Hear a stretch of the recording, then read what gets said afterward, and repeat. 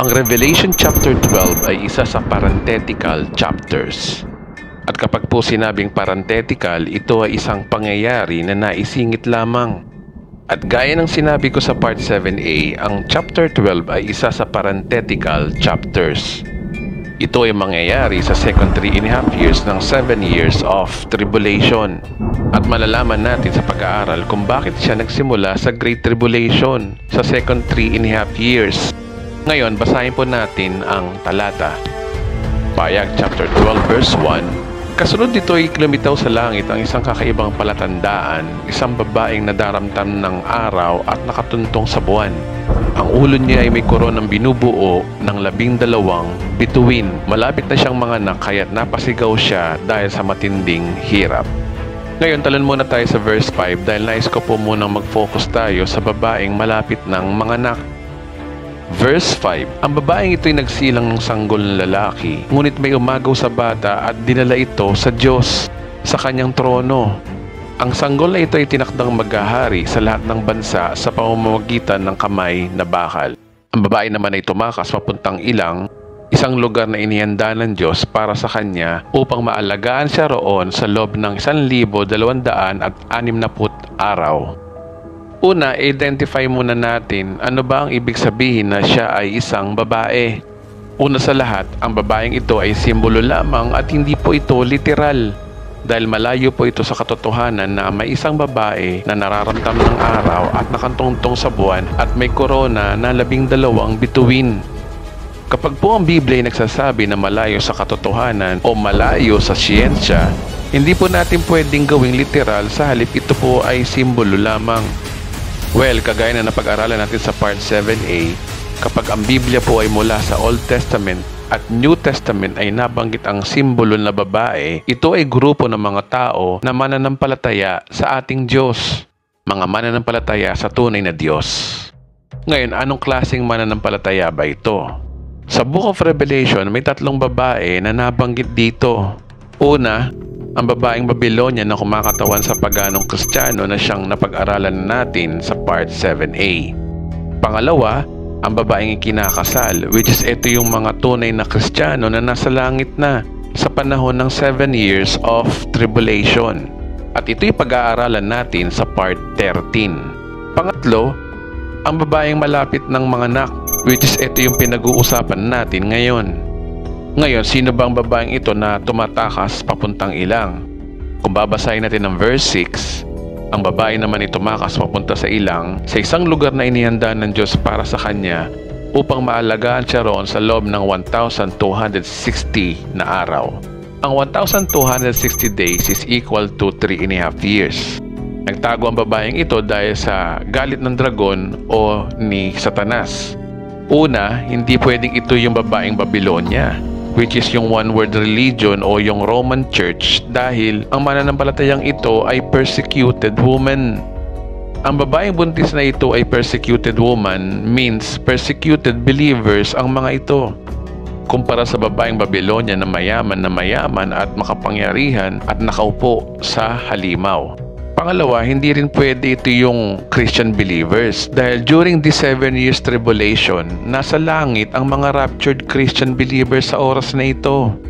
Hindi gaya na babaeng buntis na ito, nasa lupa. Tumatakas papuntang Ilang para protektahan ng Diyos sa loob ng 3.5 years or during Great Tribulation. Kaya hindi po ito church o yung Bride of Christ. Kaya ang babaeng ito ay kumakatawan sa bansang Israel. Ayon sa Hosea chapter 2 verse 19 to 20, ang bansang Israel ay tinawag ng Diyos na kanyang asawang babae, means babae rin ang simbolo ng bansang Israel. Isa sa dahilan kung bakit ito yung bansang Israel, yung sinasabi kasi sa verse 1. Siya daw ay isang babaeng nadaramdam ng araw at nakatungtong sa buwan. Ang ulo niya ay may koronang binubuo ng 12 bituin. Ang tanong, may nabanggit ba na ang araw, buwan at 12 bituin ay sumisimbolo sa bansang Israel? Well, kung babasahin natin ang Book of Genesis, ang istorya ni Jose na isa sa mga anak ni Israel. Bagamat ang simula ng line ng Israel ay mula kay Abraham patungo kay Isaac, si Jacob ay tinawag na Israel sa middle part of Genesis. Si Israel ay may 12 anak at isa sa paborito ni Israel dito ay si Jose. Si Jose ay pangalawa sa bunso ng 12 anak ni Israel. Minsan, si Jose ay nanaginip ng ganito ang sinasabi. Genesis chapter 3 verse 9 to 11, nanaginip muli si Jose at isinalaysay sa kanyang mga kapatid ang ganito. Nakita ko sa aking panaginip na ang araw, ang buwan at ang 11 bituin ay yumuko sa aking harapan. Sinabi niya ito sa kanyang ama at ito'y nagalit din sa kanya. Anong ibig mong sabihin? Tanong ng ama. Kami at ang iyong ina at mga kapatid ay yuyuko sa iyong harapan? Inggit na inggit kay Jose ang kanyang mga kapatid. Inisip-isip namang mabuti ng kanyang ama ang mga bagay na ito. Ayon sa istorya, pinakita ng Diyos kay Jose ang magiging future niya at ang kanyang pamilya. Hindi na natin pag-uusapan ang istorya ni Jose, pero focus tayo sa ginamit ng Diyos na simbolo sa sambayanan ni Israel. Ang sabi sa verse 10, sinabi rin niya ito sa kanyang ama at ito'y nagalit din sa kanya. Anong ibig mo sabihin? Tanong ng ama. Kami at ang iyong ina at mga kapatid ay yuyuko sa harapan mo. Ibig sabihin, ang interpretasyon pala ni Israel sa panaginip ni Jose tungkol sa 11 bituin, buwan at araw ay sumasagisag sa kanyang mga kapatid at mga magulang. Ang 11 bituin ay sumasagisag sa kanyang mga kapatid at kapag sinama niya na ang kanyang sarili, ito ay bumubuo ng 12 bituin. Ang buwan at araw ay sumisimbolo sa ina at ama ni Jose, which is si Israel at ang kanyang asawa. Sa madaling salita, sa Genesis nabanggit na ang 12 stars, sun and moon ay sumasagisag sa buong sambayanan ni Israel. Kaya ang babaeng malapit na mga anak na ito ay sumasagisag sa bansang Israel sa middle of tribulation. Dapat nating maintindihan mga kababayan na ang sentro ng Biblia ay talagang umiikot sa bansang Israel lamang. Ang bida ay ang Diyos at ang bansang Israel.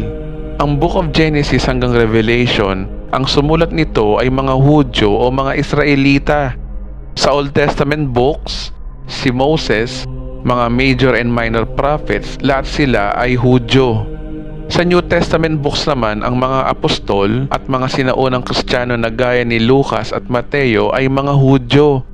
Kaya ang Bible ay technically sinulat ng mga Hudyo, naka-address para sa mga Hudyo.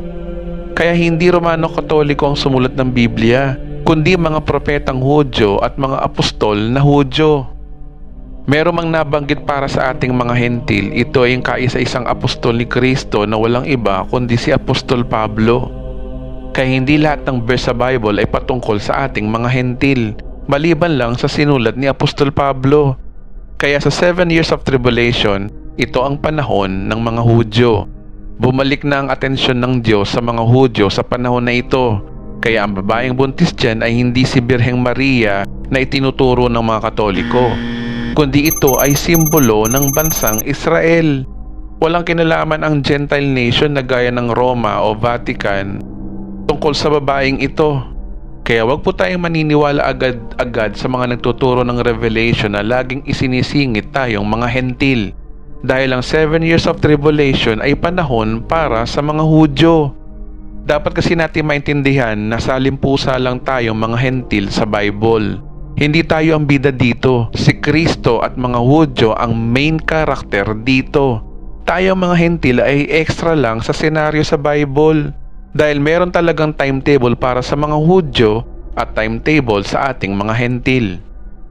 Gaya na napag-aralan natin sa part 1, ang 7 years of tribulation ay timetable ng Diyos para sa Israel. Kaya nga after ng rapture sa dispensation ng grace, tapos na ang dispensation ng church. Tapos na ang timetable para sa atin. Gaya na napag-aralan natin sa part 3 na tayo ay walang dahilan para manatili sa 7 years of tribulation. Dahil ang 7 years of tribulation ay para sa mga Hudyo. Kaya hindi na libre ang kaligtasan sa 7 years of tribulation. May halo na itong works. Kaya yun ang dahilan kung bakit ang rapture ay mangyayari bago mag 7 years of tribulation. Bago lumitaw ang suwail o ang Antikristo na kagaya ng sinasabi ni Apostol Pablo. Na ayon kay Apostol Pablo, kailangan maalis muna yung humahadlang, which is tayo yun para lumantad ang suwail o ang Antikristo. Kaya bago lumantad ang suwail o ang Antikristo, kailangan mawala muna tayong mga totoong Kristiyano. Ngayon ang tanong, ano ba ang sakripisyo ng mga Hudyo in the past 2,000 years? Simula nung tinanggihan nila si Kristo. Kung babasahin natin ang Pahayag chapter 12 verse 2, malapit na siyang manganak kaya't napasigaw siya sa matinding sakit at hirap. Well, sa loob ng 1,993 years mula noong 33 AD hanggang ngayong 2023 AD, ang buhay ng mga lahi ni Jacob ay puno ng hinagpis, hirap at kamatayan. Kaya siya hinalintulad sa babaeng manganganak. Yun ang meaning na siya ay babaeng malapit ng manganak. Nagsimula ang paghihirap ng bansang Israel pagkatapos nilang ipako sa krus ang kanilang Mesaya. Noong 70 AD, nag-aklas ang bansang Israel laban sa imperyo ng Roma. Sila ay nilusob ng libo-libong Romanong sundalo at nasakop na nito ang bansang Israel. Maraming namatay at dito nawasak ang Second Temple ng mga Hudyo. Ayon sa mga Jewish historian na ang Second Temple ay winasak ng Romano, lahat ay ginuho. Dahil sa pagitan ng mga bricks nito, nakadikit ang mga lantay na ginto na siyang nasamsam ng mga Romanong sundalo. Kaya yun ang dahilan kung bakit walang bato na nakapatong sa kapwa bato, lahat ay ginuho ng kanilang battering ram. Kaya tama ang ating Panginoong Hesus sa kanyang propesiya na nakasulat sa Mateo chapter 24 verse 1 to 2. Ang sabi, lumabas si Hesus sa templo, paalis na siya nang lumapit ang mga alagad at itinuro sa kanya ang mga gusali ng templo. Sinabi sa kanya, nakikita ba ninyo ang gusaling iyan? Tandaan ninyo, darating ang araw na wala ring matitirang bato sa ibabaw ng kapwa bato, lahat ay iguguho. Napaka-accurate ang propesiya ng ating Panginoong Hesus na walang matitirang bato sa ibabaw ng kapwa bato, lahat talaga ay gumuho. Historically, na-fulfilled ito noong 70 AD during Roman siege. Ang verse na ito nagpapatunay na talagang totoo ang Bible. Na ang Bible talaga ay salita ng Diyos, harmonize ang Bible sa world history. At doon nagsimula ang pagkalat ng mga Hudyo sa buong mundo at never siyang naging bansa hanggang 1948 after ng World War II.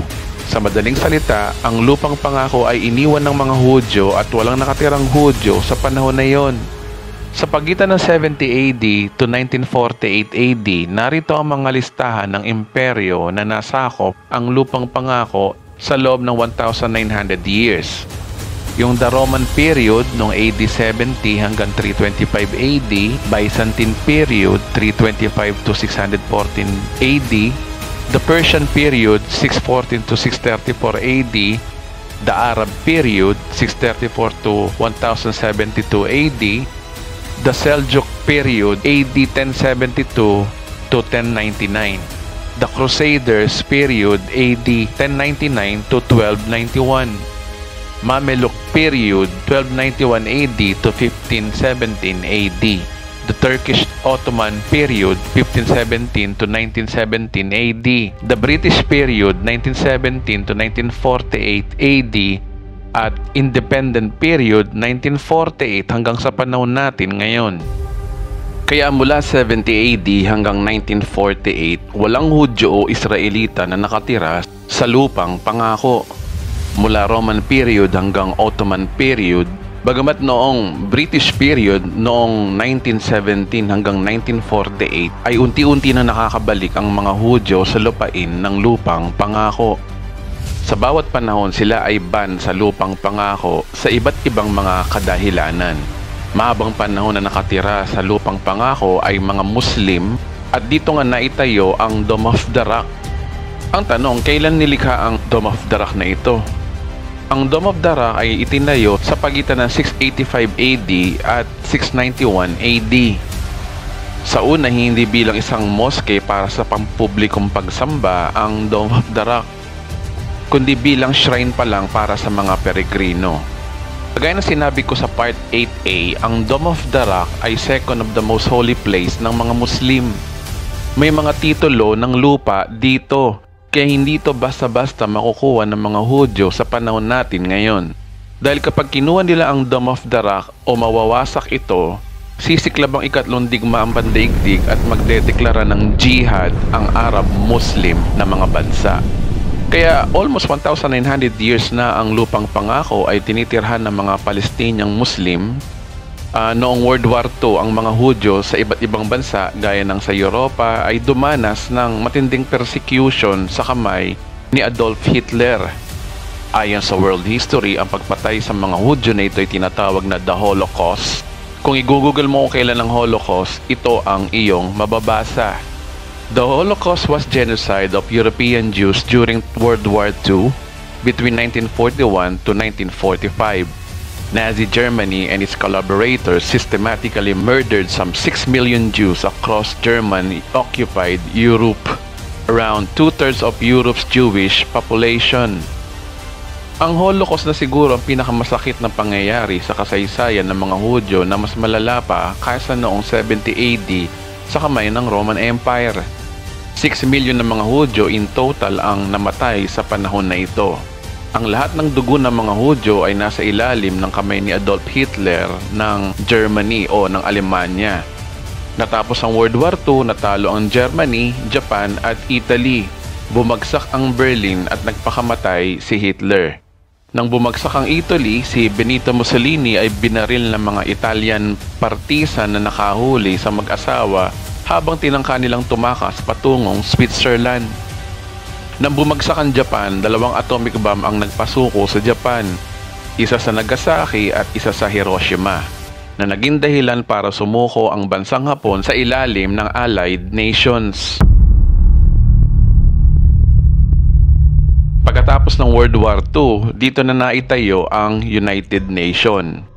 Ang layunin ng United Nations ay pagkakaroon ng pagkakaisa ang lahat ng bansa sa mundo upang huwag nang maulit pa ang bangungot ng World War II.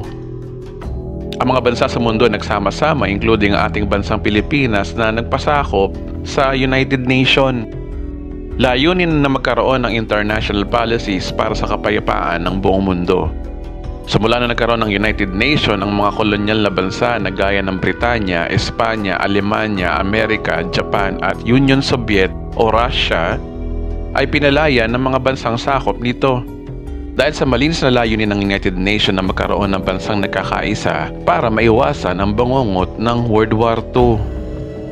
At isa nga ang bansang Pilipinas na pinalaya ng mga Amerikano sa panahon na tayo ay sakop nito. Ito ay nangyari noong July 4, 1946 after ng World War II. Gayon din ang Korea na nahati sa dalawa na sakop dati ng Union Soviet sa norte at Estados Unidos sa katimugan. Maraming bansa ang pinanganak sa panahon na ito na dating sakop ng Amerika, Britanya at Espanya. Noong May 14, 1948, isang bansa ang napaka-kontrobersyal na isinilang. Ito ang lupain ng Palestina o ang lupang pangako, na pinalaya ng Britanya ang siyang huling sumakop dito. Sa maigpit na botohan ng mga bansa na pagdesisyonan ng mga bansa ang kapanganakan ng bansang Israel sa lupain ng Palestina na siyang kinagalit naman ng mga Muslim na bansa. Majority ng mga bansang Muslim ay hindi bumoto dito dahil hindi sila sang-ayon na tirhan ang Palestina sa panahon na ito. Pero ang kanilang bilang ay hindi sapat, kaya noong May 14, 1948 ay isinilang ang bansang Israel. May mga kasunduan sa United Nations na partition ng mga lupa para sa mga Palestinian at sa mga Hudyo. Ang napagkasunduang ito ay hindi matanggap ng mga Palestinian dahil mahabang panahon na sila ay nakatira doon at may mga titulo sila ng lupa. Naging kontrobersyal ang desisyon ng United Nations, kaya yun ang dahilan kung bakit hindi matapos-tapos ang conflict between citizens of Israel at mga Palestinian. Dahil sa hindi matanggap ng mga Arab countries ang pagsang-ayon ng pagbabalik ng mga Hudyo sa kanilang lupang pangako noong May 14, 1948. Ang existing civil war na meron sa Israel sa panahon na ito ay nauwi sa matinding conflict sa mga Arab nation na naging dahilan ng paglusob ng Arabong bansa gaya ng Egypt, Syria, Jordan, Iraq na tinatawag na Arab-Israeli War. Ito ang unang Arab-Israeli War ayon sa world history. Dito nagsimula ang walang katapusan conflict between Israeli and Palestinian Arabs. Ang kapanganakan ng bansang Israel noong 1948 ay isang fulfillment na naman ng propesiya. Kung babasahin natin ang Zechariah chapter 10 verse 8 to 9, tatawagin ko sila at muli kong titipunin, sa mga kaaway sila'y aking tutubusin. Tulad noong una, sila'y pararamihin, bagamat sila'y pinangalat ko sa iba't ibang mga bansa. Hindi nila ako malilimutan doon. Sila at mga anak nila'y maliligtas at makakabalik sa kanilang tahanan. Ang Book of Zechariah ay ikalawa sa huling libro ng Old Testament, which is malapit na sa New Testament.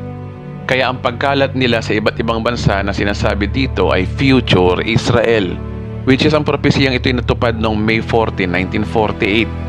Maraming mga Bible scholar ay ganito ang pananaw sa propesiyang ito.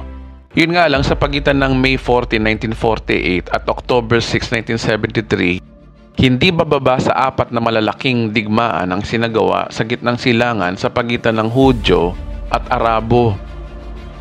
Una nga yung Independence War na nagsimula noong November 29, 1947 at nagpatuloy ng ilang paggambala hanggang February 24, 1949. The Sinai War nagsimula noong October 29, 1956 at natapos noong November 5, 1956. The Sixth Day of War nagsimula noong June 5, 1967 at natapos noong June 10, 1967. Ang Yom Kippur War na nagsimula noong October 6 at natapos noong October 25 noong ding 1967. Pero pa yung Gulf War na nangyari sa away ng Iraq at Kuwait at ng United States noong 1991. Nadamay ang bansang Israel sa pagpapakawala ng Scud missile ni Saddam Hussein, tanda ng galit ng Arabo sa mga Hudyo. Hindi mabilang na conflict sa Israel hanggang sa panahon natin ngayon. Bagamat malalakas at mayayaman ang bansa ng Arab-Muslim countries na kalaban ng Israel, malahima lang nananalo ang bansang Israel. Kung titingnan mo sa mapa, napakalit na bansa lang nito kumpara sa mga Arabong Muslim na bansa na nakapaligid dito. Sa tuwing natatapos ang labanan, nababawi ng Israel mga lupang kasama sa lupang pangako sa estado nila. Isa pa sa napaka-kontrobersyal na pangyayari sa Israel ay nangyari noong December 6, 2017. Sa tulong ni President Donald Trump, ang kapital ng Israel na Tel Aviv ay hindi na kapital ng Israel, kundi Jerusalem na. Therefore, I have determined that it is time to officially recognize Jerusalem as the capital of Israel.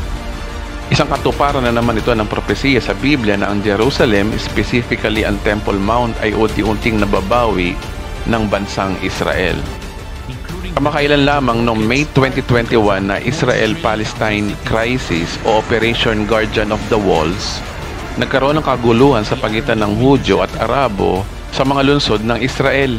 Gayon din ang Hamas sa Gaza ay nagpadala ng mga rocket ng militar sa Israel at hinarang ng Israel ang makabagong Iron Dome, ang pinakamapanganib na mga rocket mula sa Palestine. Ang Iron Dome ang pinaka-trending na armas ng Israel sa panahon natin ngayon. Sa mga pangyayari sa lahi ng mga Hudyo, which is ang bansang Israel, nagpapatunay na siya ang babaeng dumadanas ng hirap gaya ng babaeng malapit ng manganak. Kaya tama ang description ng Biblia sa kanya, siya ang babaeng malapit ng manganak kaya puro hirap at hinagpis ang buhay nila from 70 AD hanggang sa panahon natin ngayon. Ang tanong, hanggang kailan matatapos ang conflict ng bansang Israel sa mga Arabong bansa? Well, dito na tayo papasok sa propesiya na mangyayari sa 7 years of tribulation. Una, ang propesiya ng ating Panginoong Hesus na bago lapastanganin ng templo ay eto ang kanyang sinasabi. Makakarinig kayo ng mga labanan at mga kabalita ng mga digmaan sa iba't ibang dako. Ngunit huwag kayong mabahala dahil talagang mangyayari ang mga iyon bagamat hindi pa iyon ang katapusan ng mundo. Maglalaban-laban ng mga bansa at gayon din ng mga kaharian, magkakaroon ng tagutom at lilindol sa maraming lugar. Ang lahat ng ito ay pasimula pa lamang ng mga paghihirap tulad ng isang babaeng nanganganak. Una, sino ang kausap ni Jesus dito? Mga Hudyo. Hindi mga Hentil, hindi tayo ang kausap dito. Kaya ang propesiyang ito ay ayon sa perspective ng mga Hudyo na mangyayari bago lapastanganin ang templo. Sa madaling salita, ang propesiyang sinasabi ni Jesus Christ ay mangyayari sa 7 years of tribulation. Kung babasahin natin ang verse 8, inilantulad ni Jesus sa isang babaeng manganganak ang dadanasin ng bansang Israel na digmaan bago lapastanganin ang templo o sa first 3.5 years.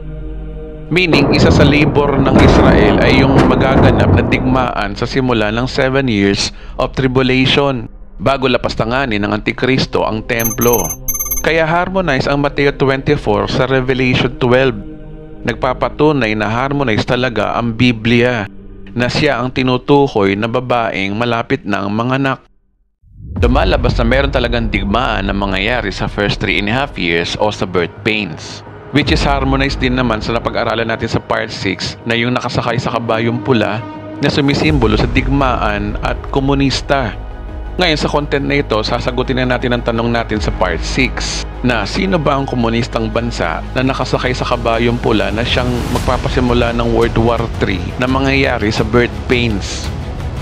Well, merong isa pang propesiya ng digmaan sa Israel na nakasulat sa Ezekiel na hindi pa po nangyayari sa kasaysayan ng Israel. Ito ang propesiya ng Gog at Magog. Ang nakakaintriga dito ay mga Arabong bansa ang involved sa propesiyang ito. Ito ay nakasulat sa Ezekiel chapter 38 hanggang chapter 39. Hindi ko na po babasahin ang lahat ng verses. Ang babasahin ko lang ay yung mga verses na nagde-describe sa mahalagang talata tungkol sa Gog and Magog, kaya basahin na po natin. Ang sabi sa verse 2, "Anak ng tao, humarap ka sa dako ni Gog sa lupain ng Magog na pangunahing pinuno ng Rosh, Meshek at Tubal at magsalita ka ng propesiya laban sa kanya." Sa verse na yan, pinapakita na si Gog ay tao. Si Gog ay pinuno mula sa lupain ng Magog at ang kaharian ng Magog ay Rosh, Meshek at Tubal. Ang tanong, saan kaya sa mapa ng mundo yung lugar ng Magog? Ang sabi kasi sa chapter 39 verse 2, "Babaliktarin kita at mula sa dulong hilaga, ikaw ay tataboy sa kabundukan ng Israel." So idagdag natin sa ating listahan na ang Magog pala ay nasa dulong hilaga, which is understood na ito ay dulong hilaga ng mundo. Kung guguhit ka ng isang linya papuntang hilaga mula sa lupain ng Israel, hindi maiiwasang makarating siya sa bansang Russia. Ang Russia ngayon ay kumakalat sa sakop nito mula silangan at kanluran ay mga 6,000 miles. Kaya hindi maiwasang matumbok ang Russia kung mula sa bansang Israel ang pagguhit. Kaya ilagay natin sa ating listahan na ang Magog pala ay ang lupain ng Russia. Ngayon, ano ba ang sakop ng Magog o Russia? Una, yung Rosh. Ang Rosh ay mga tao sa Russia. Ayon sa kilalang Bible scholar ng end times na si John F. Walvoord, sa kanyang eschatological chapter 6 na pinamagatang The King of the North, kanyang pinapaliwanag dito ang link ng Rosh sa Russia. Sabi din sa article na yan, Rosh may be the root of the modern term Russia. In the study of how ancient words come into modern language, it is quite common for the consonants to remain the same and the vowels to be changed. In other words, Rosh, if the vowel O is changed to V, it becomes the root of the modern word Russia with the suffix added.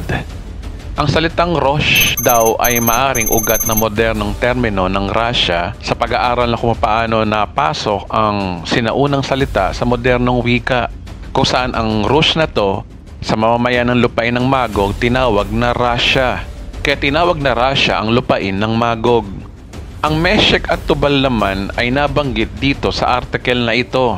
Sabi dyan, the two terms Meshek and Tubal also correspond to some prominent words in Russia. The term Meshek is similar to the modern name Moscow, And Tubal is similar to the name of one of the prominent Asiatic provinces of Russia, the province of Tobolsk. Ang Meshek ay nakuha sa modern name na Moscow at ang Tobolsk naman ay isang probinsya sa Russia ngayon. It seems na ang tinutukoy talaga dito ay yung kilalang lugar sa panahon natin ngayon. Kaya sa ating listahan, ang term na Russia, Moscow at Tobolsk ay talagang tumutukoy sa Gog and Magog. Maraming Bible scholars ay iisa ang kanilang sinasabi na pareho sa article na ito. At yan din po ang aking paniniwala. At sinabi din diyan na may kaalyadong bansa din ang Russia o yung Magog. Kung babasahin natin ang chapter 8, verse 5 to 6, kasama nila ang kalalakihan ng Persia, Ethiopia at Libya na pawang may pananggalang at naka-helmet. Kasama rin ang Gomer, pati ang kanyang hukbo na Betagorma hanggang sa dulong Hilaga, pati ang bungokbo nito at kalalakihan ng marami pang bansa. So ang mga bansa ng kaalyado ng Magog o Russia ay ang Persia, Ethiopia at Libya. Kasama dito ang Gomer at Tagorma na nasa gawing Hilaga din sa verse na yan. Ang mga bansang ito ay mga ancient o sinaunang panahon pa. Since ito ay tumutukoy sa end times war o sa panahon natin, pinapakita dito yung mga lokasyon sa modern map natin ngayon. Una, ang Persia. Ang unang Persia ay sakop ang modernong bansa sa panahon natin ngayon ay ang Iran, Afghanistan at Pakistan. Pangalawa, yung Ethiopia. Ang Ethiopia sa panahon natin ngayon ay yung Ethiopia, Sudan at Somalia. Pangatlo, ang Libya, which is ito ay Libya pa rin sa panahon natin ngayon. Pang-apat na pangkat ay yung Tagorma at Gomer. Ang Tagorma ay modern Turkey sa panahon natin ngayon. Ang Gomer ayon sa Wikipedia ay nasa ilalim ng Russia. Ang sabi diyan, the Hebrew name Gomer refers to the Cimmerians who dwelt in what is now southern Russia.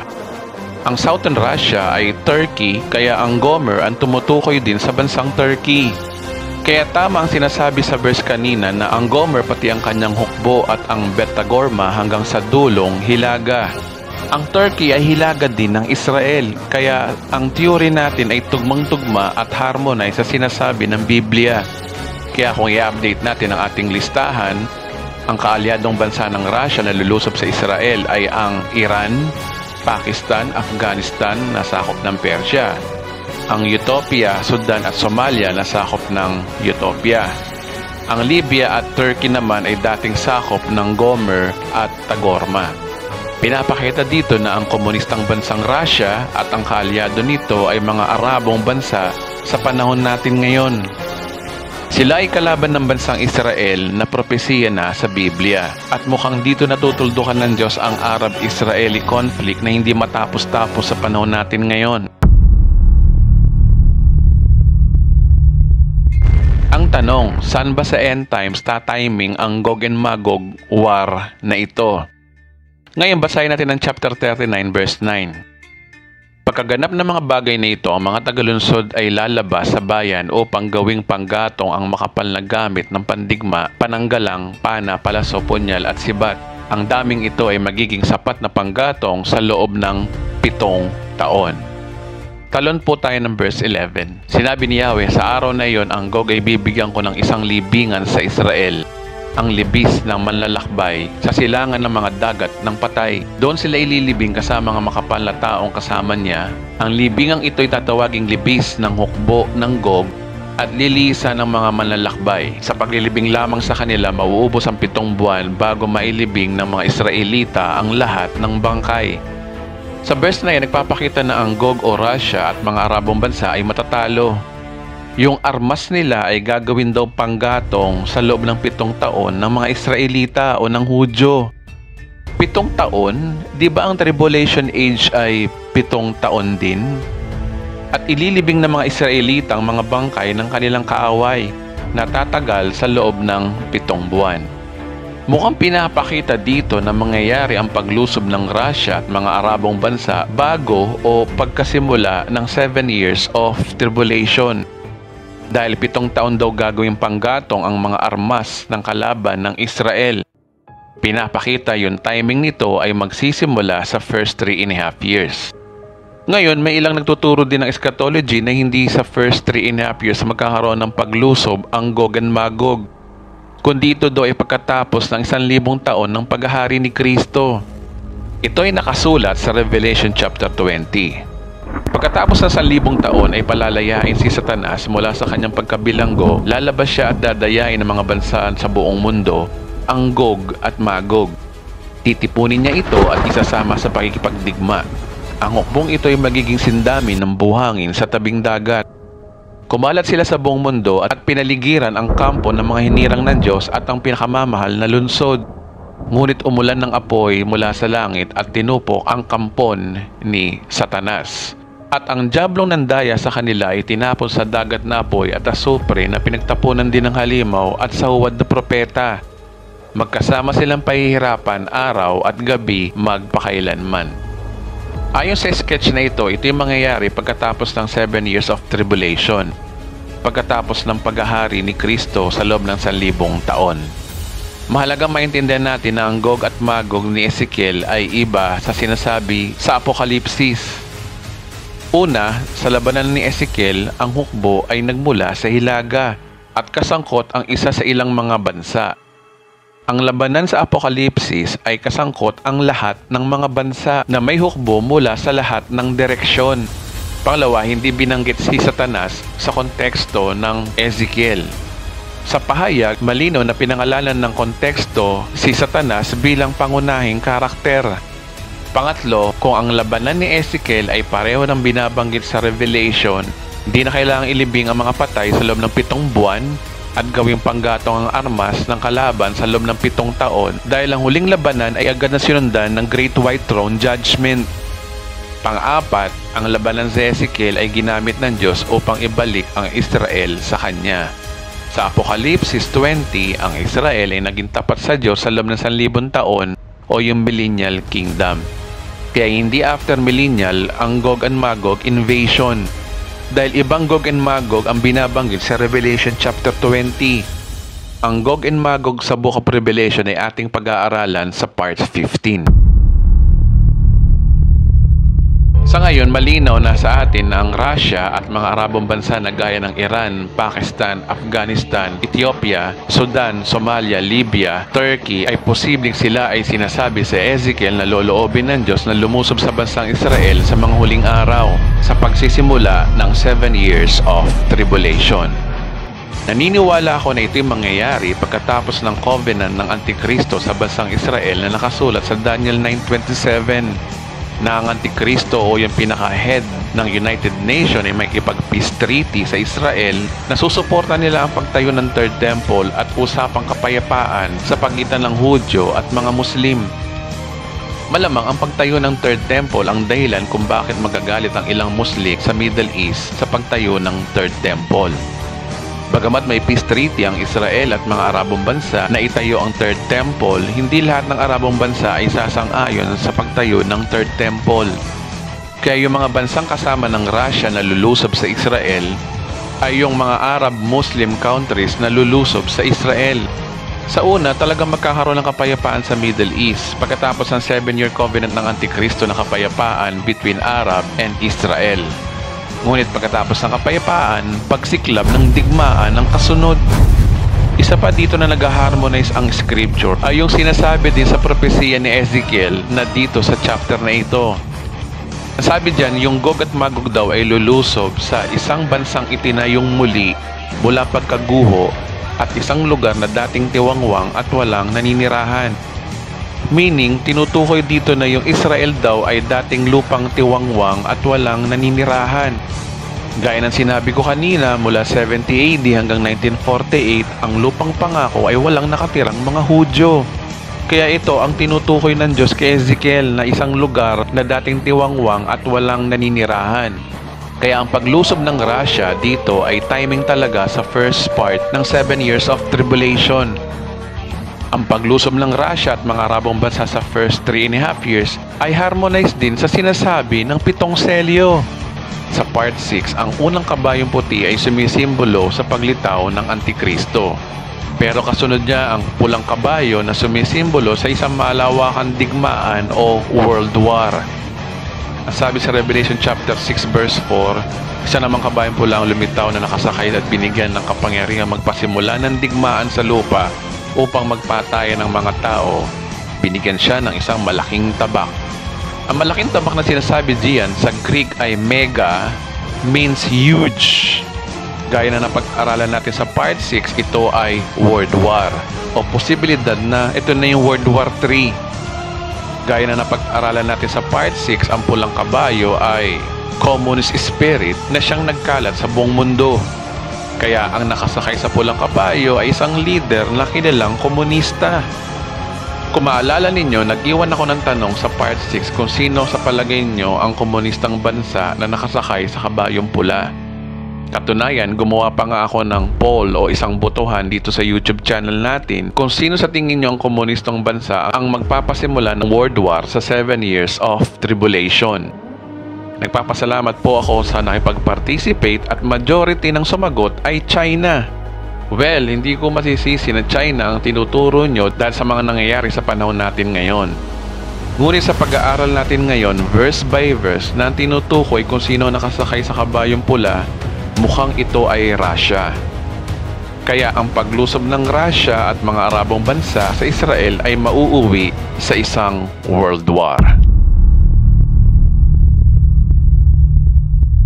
Naniniwala ako na sa 7 years of tribulation sa first half ng unang taon, mangyayari ang World War na ito na involve ang bansang Israel at kakampi ng Israel, malamang ang United Nations dito.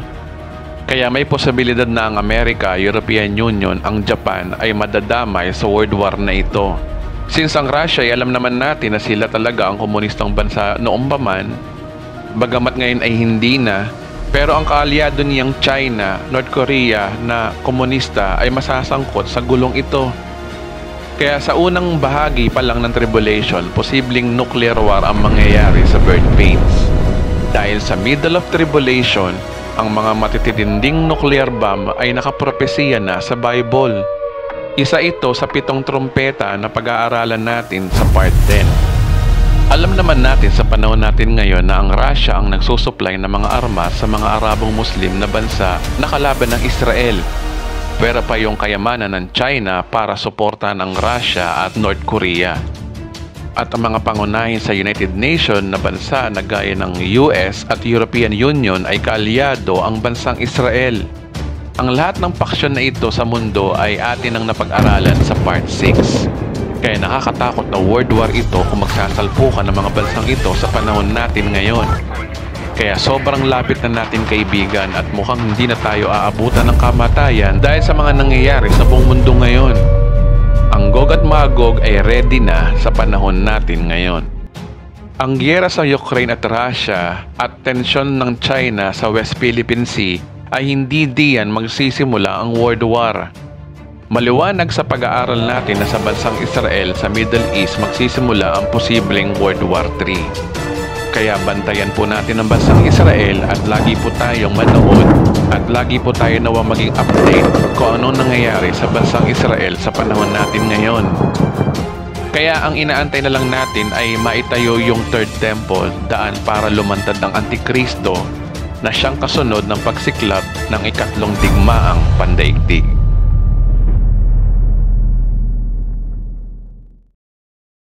Ngayon kaibigan, ating napag-aralan verse by verse kung anong misteryo ng propesiya ng Gog at Magog. At nabigyan na rin natin ng kasagutan ng missing puzzle kung sino ang nakasakay sa kabayong pula na sumisimbolo sa komunistang bansa na magpapasimula ng ikatlong digmaang pandaigdig. Ang digmaan ng Russia laban sa Antikristo ay magbibigay ng daan para ang Antikristo ay lalong magiging makapangyarihan sa 7 years of tribulation, bago sumapit ang kanyang kamatayan at pagkabuhay na maguli sa middle of tribulation.